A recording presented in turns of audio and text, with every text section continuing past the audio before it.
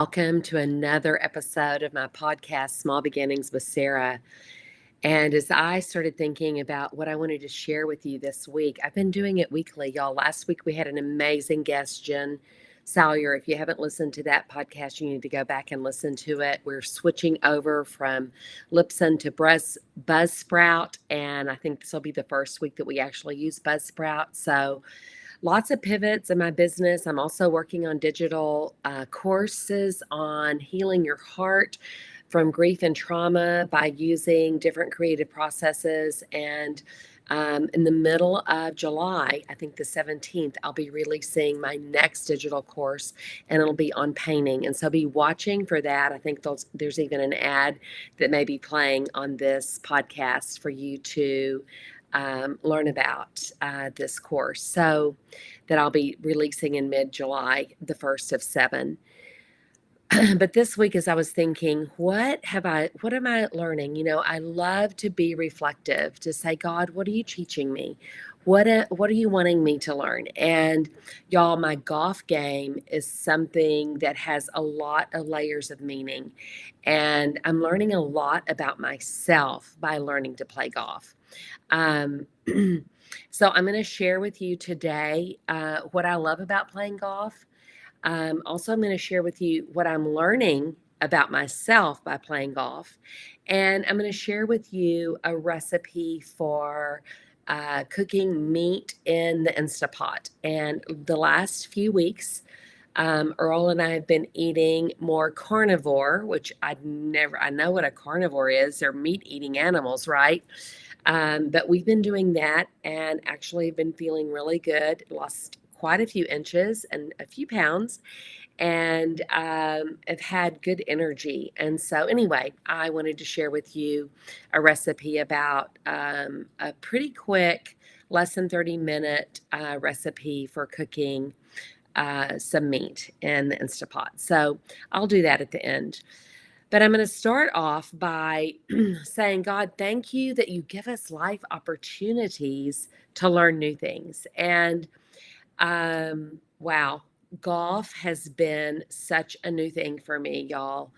Um, so I Googled golf. I'm like, what does Google say about golf? Is golf hard to play? And this is what Google's answer is. Golf is a sport that requires a combination of physical skills, mental focus, strategy, and technique. Yeah. Okay. So for beginners, golf can be challenging because it involves learning a variety of skills such as the golf swing, putting, chipping, and pitch shots. It's a sport that requires precision and consistency, and even experienced golfers can struggle with certain aspects of their game. So, as I get ready for a shot, my brain is trying to remember all the important things before I swing and to make contact with the ball. And because the ball is in many different places and many different distances from the hole on the green that you're actually trying to put it in, sometimes it's more than 450 yards away. And so you've got to work it to get there. And it's sort of like life, right? Y'all, we think we go along and then boom, we get something hard and we get into the trees. Yesterday, one of my balls snuggled right up into a tree. It was unplayable. Like it actually connected in a root and like went into a bit of a hole in the tree, and I couldn't play it. And so I have to get a penalty to get it out, but it's okay. Like sometimes we need to get the penalty so that we can keep playing the game, right? God's gift of grace is so wonderful. He doesn't ever run out of grace. And I think I'm going to go through some of the things why I really love golf. And I've been playing for 3 months. So I started in April, May, June. And in a few days, I'm leaving. Earl and I are going on a family golf vacation. Okay, I never even knew there was such a thing. But we're going with Earl's daughter and son-in-law to Florida, and we'll play golf every day, at least 18 holes. and maybe more than that. I don't know. Like we all love golf, okay? So we'll see what happens. And I didn't know if I would be good enough to not be a burden to the rest of the family, right? On the golf course. But I've been having a lesson most every week, and yesterday my instructor told me, Sarah, you're going to be just fine. You're going to do just fine. You'll be able to keep up. Um, so here's why I think the main reason that I love it is I'm outside in creation with the Creator God. Y'all, it is being in nature soothes my soul. And we are walking some, so we're getting some exercise. But because the heat index is now over 100 in Texas, where I'm living, we're usually driving the cart and then we walk a little bit. Um, so I found at least 15 different types of birds on the golf course. Yesterday, I saw some with blue. They were not blue jays, but it was like a bluebird. And I've not ever seen that before, but I didn't hear its call. And so I couldn't record it and figure out which bird it was. But wow, I get excited. Y'all, also, there's a lot of white-tailed deer on this golf course that we play at Balcones in North Austin. And the babies are being born right now. So the fawns are there. And yesterday we saw 2 does with 3 babies. And oh my goodness, they're so cute and they're frolicking, or they're laying down, like taking a rest while their mamas are off eating. And it is so delightful to see them. And also when we play in the late afternoon, like yesterday we started, I think about 3:30 or 4, they've already had their food for the day and they are laying down and resting. And which I think animals, it's really cool to know that they have some rhythms of rest too, right? So there's just a lot that I'm learning out there.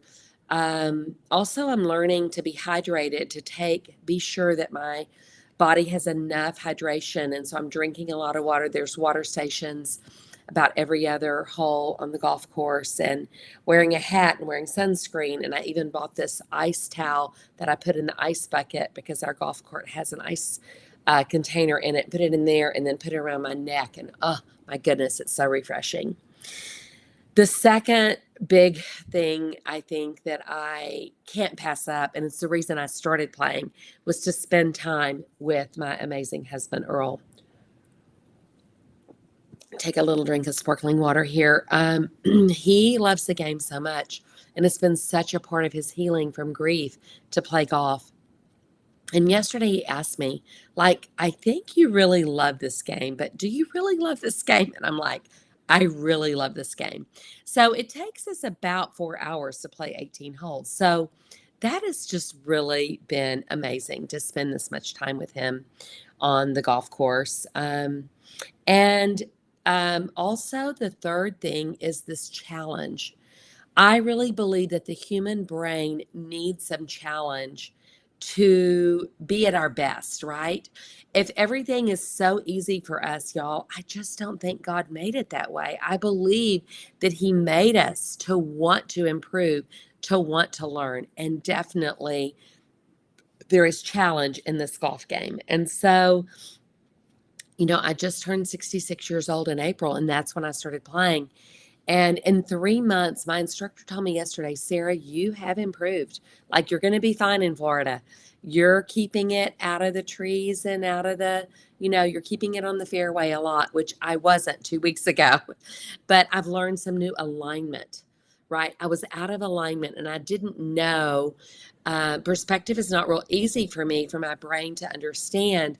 And I've had to learn to actually move my body so much more in a way to hit the ball so that it will stay in the fairway instead of going outside. So there's so much, when we need to tweak something, if we feel like we've been off balance, right, with God, we need to tweak. We need to stand in a different way, look at it from a different angle, spend time with Him and say, God, what am I doing here? And is my ball going so far to the right? Then I need to turn more to the left so that my ball will be in the fairway. And that's what I started doing. For some reason, my balls, when I hit them, especially on drives, that's the big club that I use, it goes far, far right. And so now I'm learning to turn my body more to the left. And then when it goes, it's in the middle of the fairway. So some tweaks, right? Some adjustments. What adjustments have you needed to be making lately? Have you made some? Um, the two scriptures I'm going to use right now, y'all, are about what I'm learning, and they're about my mouth. So the first scripture for the anchor scripture for this week is Luke 6:45. It says, "The good person out of the good treasure of his heart produces good, and the evil person out of his evil treasure produces evil. For out of the abundance of the heart, his mouth speaks." So whatever is in our heart is going to come out of our mouth. There is a connection there. There's a connection there, y'all. And I have been a part of this connection and of seeing it and going, oh dear, yeah, we need to reconnect here in a new way. The second verse is James 1:26, reading out of the New Living. It says, "If you claim to be religious but don't control your tongue, you're fooling yourself and your religion is worthless." I don't think any of us want our religion to be worthless, our relationship with God to be worthless. And so I've got to control my tongue. And so that's what's been happening. When I first started playing and I hit bad balls, which was most every time, I would laugh. And then a few weeks ago, I stopped laughing when I hit a bad ball.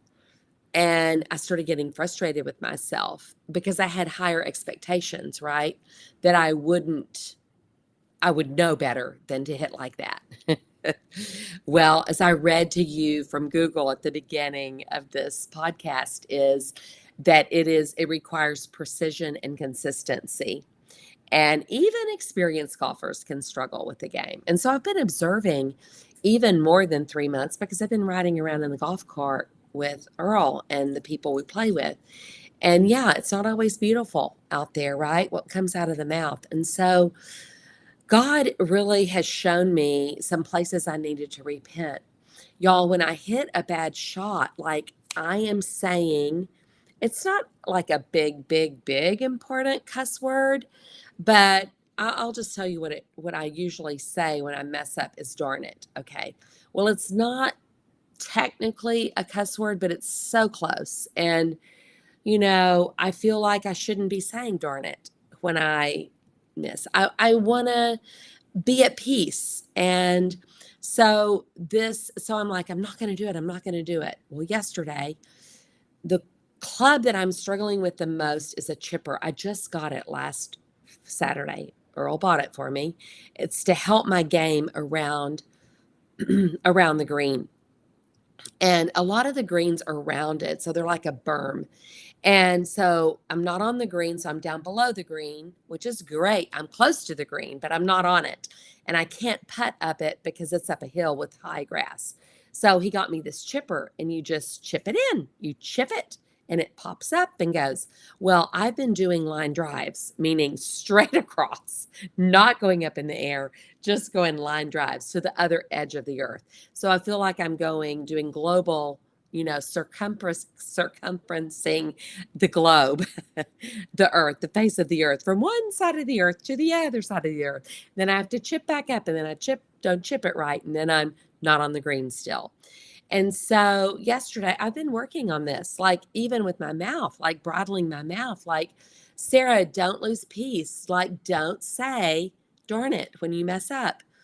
Like, have peace there. Like, yeah, you're disappointed, but and it's not wrong to be disappointed in it, but I don't need to get so frustrated that I get out of alignment with the peace that I want to carry on the golf course. So y'all may think, Sarah, like you're being too hard on yourself, but I really feel like God is showing me what's in my heart and I want to clean it up. So what I'm learning about myself, I have 3 points here. I think 3. No, I have 4. Okay. Is my personality is one that I'm driven to be excellent. And my dear friend Judy, when I met with her last week or the week before, she's like, Sarah, I want to be honest with you. And I love my friend Judy, and she can be honest with me. And I want her to be honest with me. She's like, I feel like you're striving to be excellent here and you're going to lose the joy. And I so appreciate her bringing this to mind for me and showing me, like, this is what I'm hearing from you. And so, yes, I'm a woman of excellence, but I cannot let golf steal the joy of being present with my husband, of enjoying the game, of being outside, all the things I've told you about why I love. And I have opportunities then to improve my game instead of getting frustrated. So the last few days when I got into the sand, I'm like, yes, I get to practice my sand wedge. Like, here's a club I wouldn't get to use unless I was in the sand.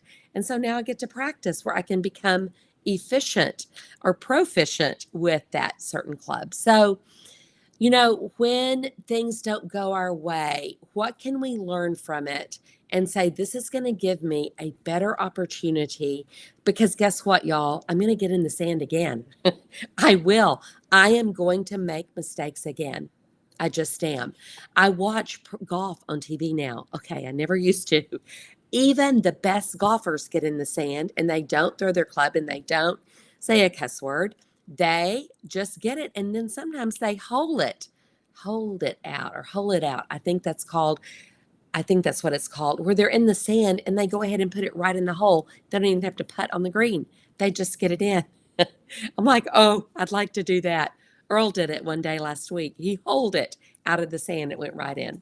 So, what looks like something horrible can turn into something better. And then I'm more prepared the next round of golf, right? So I have to be content with where I am. Yes, my personality is such that I'm striven. I strive to be excellent in everything, but I can chill and I can stop and smell the roses, right? Stop and enjoy the game.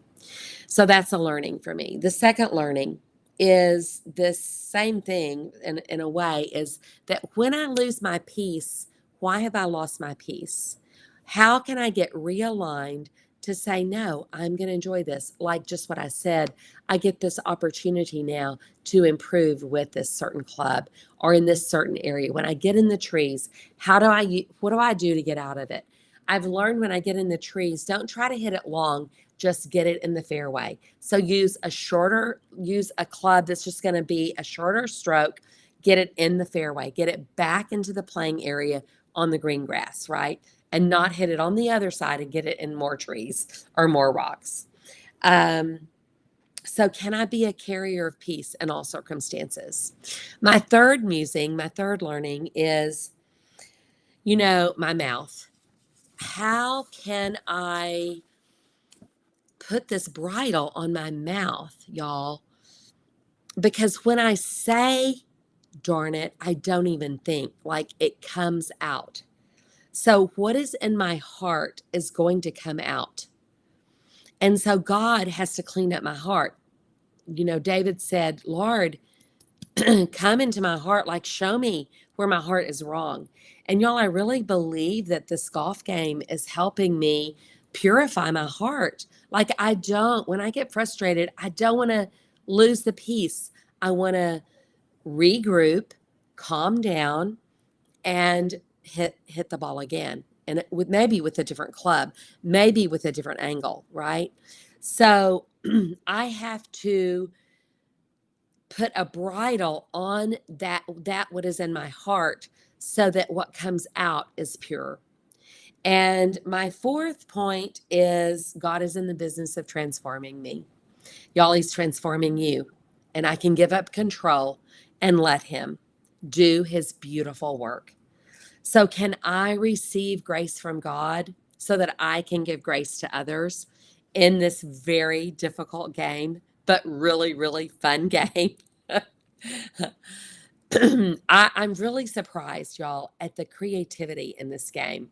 Right now, I think I own 10 different clubs. You use them in 10 different places, depending on where you hit. And I wish I could tell you that every time I hit a great drive, when I go back to that hole, back to that teeing off place. I don't know the names of everything yet, but I use this little plastic stick and put my ball on it, that I would hit it in the same place, especially if it was really good the last time I teed off at hole 8, right? No, it's not always ending up in the same place really good. So I get many opportunities to practice, to get the ball in the hole, back up on the green, in as few strokes as possible. But in the meantime, if I hit it off, it's okay. Like, we were playing with a young man yesterday, and he hit it in the other fairway, but he hit from the other fairway onto the green, and he made par, meaning the expectation of what? So even because of God's grace, even when we mess up, we will be okay because of Jesus, because of what Jesus did for us on the cross, y'all. We're going to mess up. I'm going to mess up in the golf games that I play in Florida in a few days. I'm going to mess up. In fact, they told me, buy a lot of balls, Sarah, because you're going to lose a lot of balls in the water.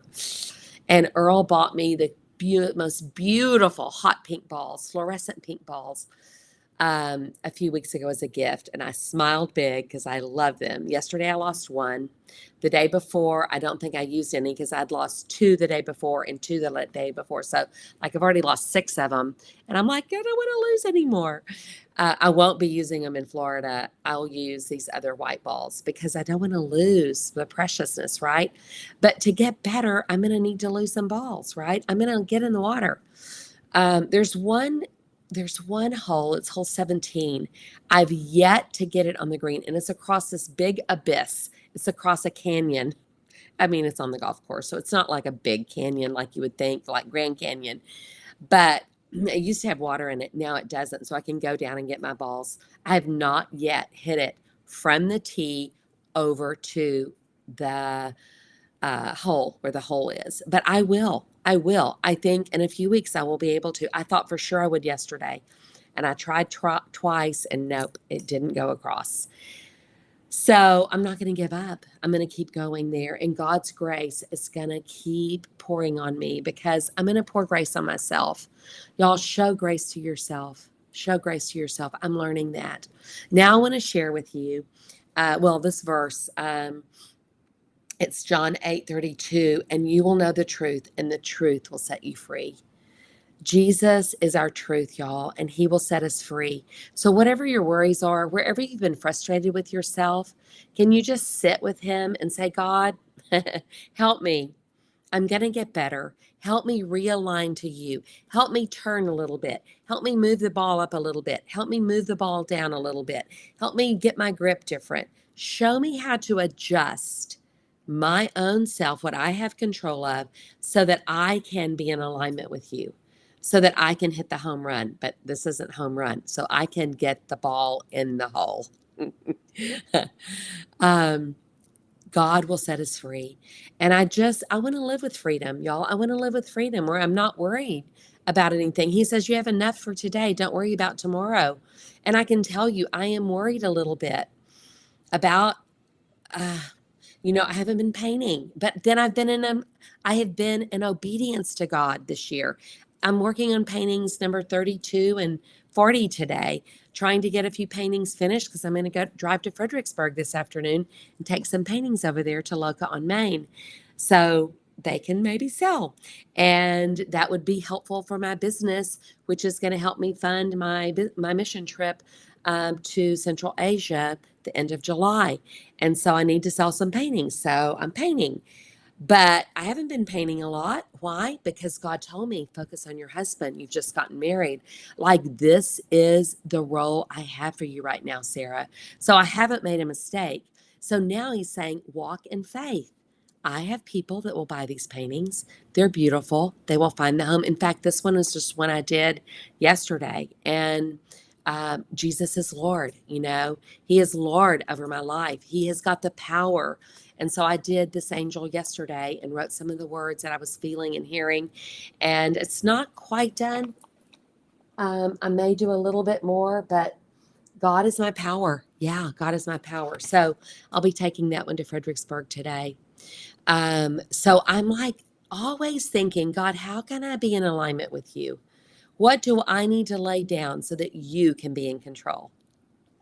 And we don't have to strive so hard. We can just, when I relax and I just hit the ball, y'all, it hits. The club was made to hit that ball. I don't have to make the club do it.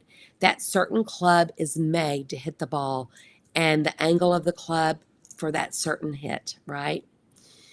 So I want to have the freedom. I want to have the freedom. And I know you do too. So it says in John 8:32, this is Jesus, and you will know the truth, and the truth will set you free. Now I want to share real quick about a recipe that I've used several times in the last few weeks. For the last few weeks, Earl and I have been eating carnivore. He way more than me, and he's lost weight, and he's felt better and slept better. And it's just not going to be forever. But for a few weeks, it was like a fast that we've been on, eating mostly meat and cheese and nuts. And different carnivores can be extremely strict, but we do eat a lot of meat. That's mainly what we eat, and a variety of meat. And so we have an Instapot, and I really love it. And so I put it on saute. There's a button on saute. I pour in a couple of tablespoons of, sometimes I use avocado oil. Yesterday I used olive oil. You could also use butter. And I get my roast. So I made it with a beef roast yesterday, a chuck roast, and put it on saute. Get that bottom of that Instapot hot and very hot. And I put the meat in. I salt and pepper. And it's like sizzle, sizzle, sizzle, and leave it for about 3 or 4 minutes. And then I turn it, salt and pepper the other side, and let it sizzle, sizzle, sizzle for another 3 or 4 minutes. So I'm searing the outside of the meat. And then I pour in bone broth. Y'all, bone broth is made from bones. It's cooked for many, many hours and with the bones. And you can have chicken bone broth or beef bone broth. Yesterday I used a beef bone broth, and it was about, I think it was a cup and a half. It was just a small jar, a small container. And I poured it over the roast, and I put the Instapot lid on, and it cooks for 45 minutes, high pressure. I'm sorry, it cooks for 25 minutes, only 25 minutes, high pressure. And actually, I even lessened it. I only cooked it for 19 minutes because we were ready to eat. And so I just had to let the steam come off and then cut it, and it was delicious. So I did it with lamb last week, cooking a roast of lamb for 25 minutes, and I think I might have done it twice. If you have a tougher piece of meat, you can put it through twice, and be sure you have plenty of broth. It needs to be covering your meat. In an Instapot, you need to have plenty of liquid, and I use broth and this amazing, creamy, yummy sauce that was there waiting for us. There was no flour added. It was just the broth that had been condensed down. So that's just an easy meal, y'all. If you eat meat, use your Instapot, sear it on both sides on the saute button, then turn it on the high pressure meat and put the lid on. Be sure you add in the liquid enough to cover your meat, and you can use stew meat. You probably could even use hamburger meat, or chicken. I don't know, anything. But anyway, that's my recipe. Salt and pepper. You could add garlic. Someday we'll add carrots and celery and potatoes, but right now we're not eating those things. So just meat and broth. So enjoy that little secret of a very fast meal of yumminess, and you don't have to go out to eat. You can just cook it at home.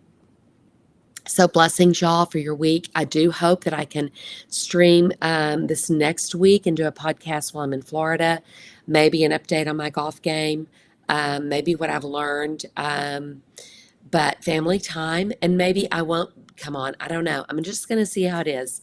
I want to be very present with those that I'm present with during this special week coming up. So I bless you. I know some of you are planning trips as well, family reunions. All of that can be hard, right?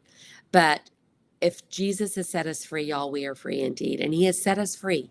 So let's walk in freedom, not walking in striving, watching our mouth, put a bridle on the mouth, because what is in your heart, y'all, is going to come out.